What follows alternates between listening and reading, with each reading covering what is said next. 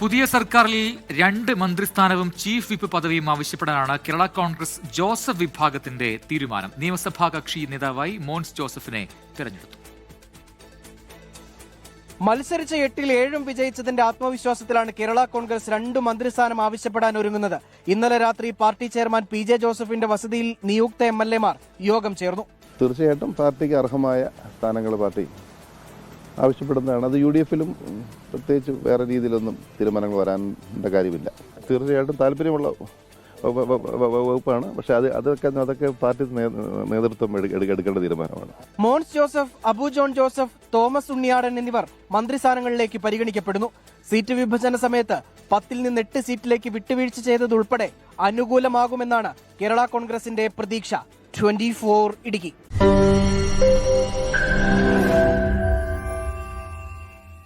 ലോകത്തെവിടെയായാലും ഏത് സമയത്തും 24 വാർത്തകളും ഓഗ്മെന്റഡ് റിയാലിറ്റി പാക്കേജുകളും എക്സ്പ്ലെയിനറുകളും വിശദമായി കാണാൻ ഞങ്ങളുടെ YouTube ചാനൽ നിങ്ങൾക്ക് സബ്സ്ക്രൈബ് ചെയ്യാം.